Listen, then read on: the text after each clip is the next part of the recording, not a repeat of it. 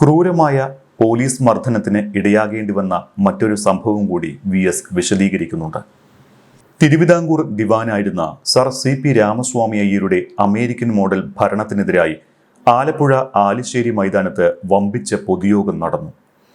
MN Govindan Nair, TV Thomas, N Sreekantan Nair, TK Divakaran, Varghese Vaidyan, VS Achuthanandan എന്നിവരായിരുന്നു ആ യോഗത്തിലെ പ്രധാന പ്രസംഗകർ. അവർക്കെല്ലാം എതിരെ അറസ്റ്റ് വാറണ്ട് പുറപ്പെടുവിച്ചതിനെ തുടർന്ന് നേതാക്കൾക്ക് ഒളിവിൽ പോകേണ്ടി വന്നു. R സുഗതൻ, VA സൈമൺ എന്നിവരൊക്കെ ഇതിനകം ജയിലിലായി കഴിഞ്ഞിരുന്നു. 1946 സെപ്റ്റംബർ ആയിരുന്നു കാലഘട്ടം. കമ്മ്യൂണിസ്റ്റ് പ്രസ്ഥാനം ശക്തിപ്പെട്ടു വരികയായിരുന്ന കോട്ടയം ജില്ലയിലെ പൂഞ്ഞാറിലെ പ്രധാന പ്രവർത്തകർ ജയിലിലായതോടെ അവിടെ പ്രവർത്തനം തടസ്സപ്പെടുന്ന അവസ്ഥയുണ്ടായി.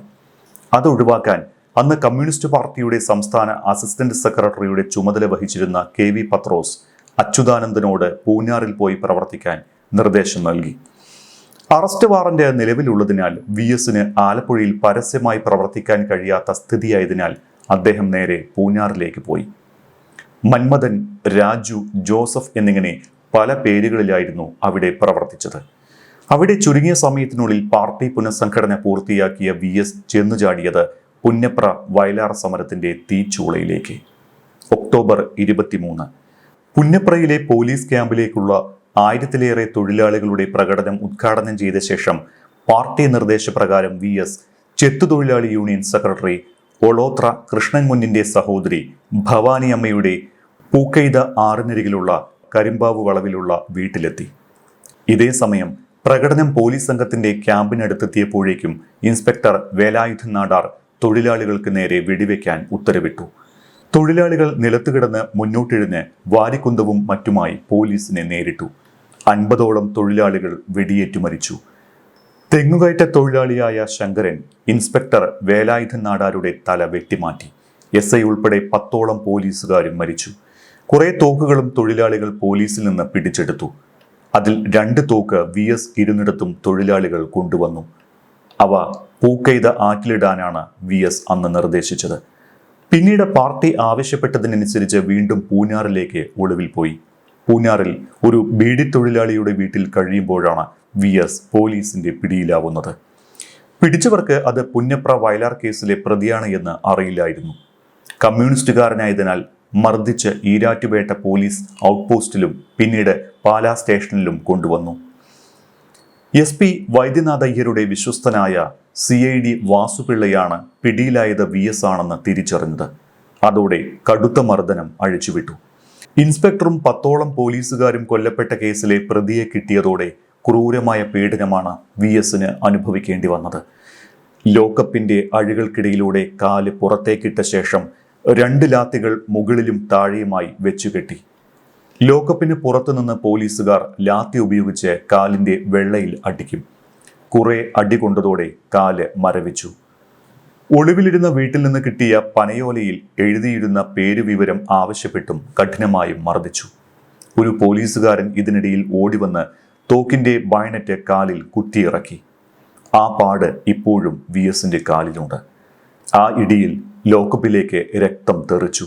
അതോടെ VS ബോധരഹിതനായി.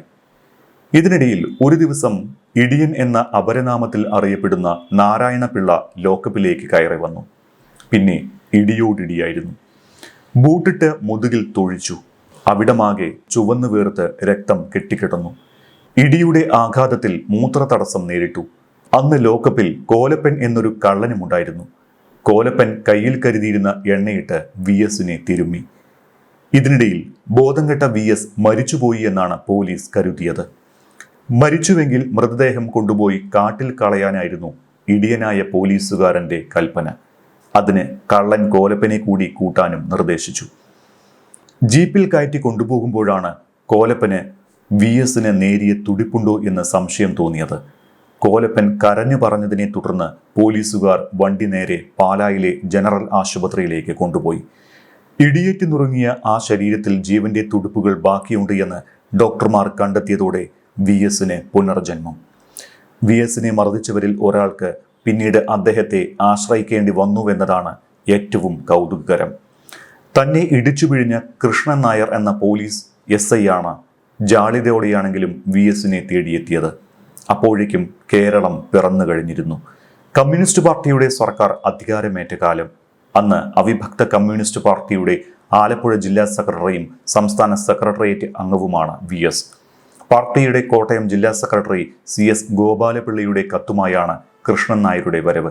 സ്ഥാനക്കയറ്റത്തിന് സംസ്ഥാന സെക്രട്ടേറിയറ്റ് അംഗമായ വി എസ് ശുപാർശ ചെയ്യണം എന്നതായിരുന്നു ആവശ്യം.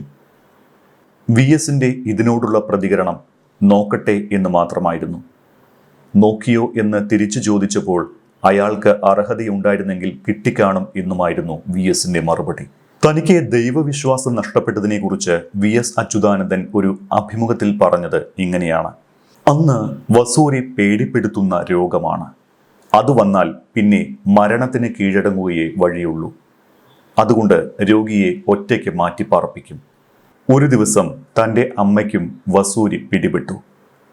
അങ്ങനെ മാറ്റിപ്പാർപ്പിച്ച അമ്മയ്ക്ക് മക്കളെ കാണണമെന്ന് പറഞ്ഞപ്പോൾ ഞങ്ങളെ തോട്ടിൻകരയിൽ കൊണ്ടു നിർത്തിയതൊക്കെ ഓർമ്മയുണ്ട്.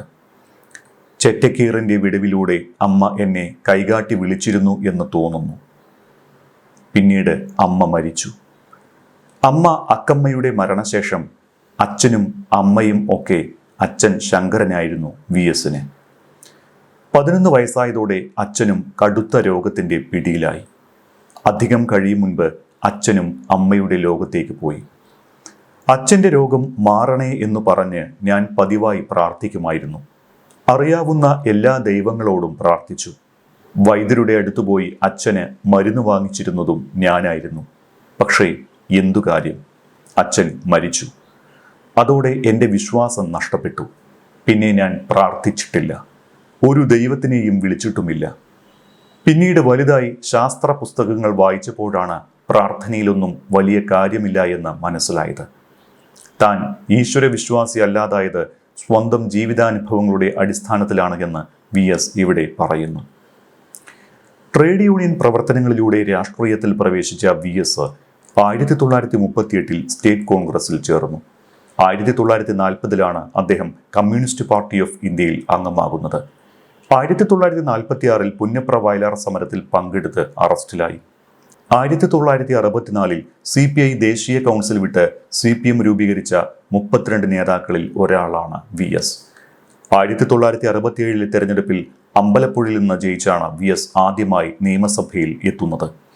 1980 മുതൽ തുടർച്ചയായി 3 തവണ CPM സംസ്ഥാന സെക്രട്ടറി പദവിയും വി എസ് വഹിച്ചു. 1985 പോളിറ്റ് ബ്യൂറോ അംഗമായി. 2006 കേരളത്തിന്റെ 20ാമത്തെ മുഖ്യമന്ത്രിയായി.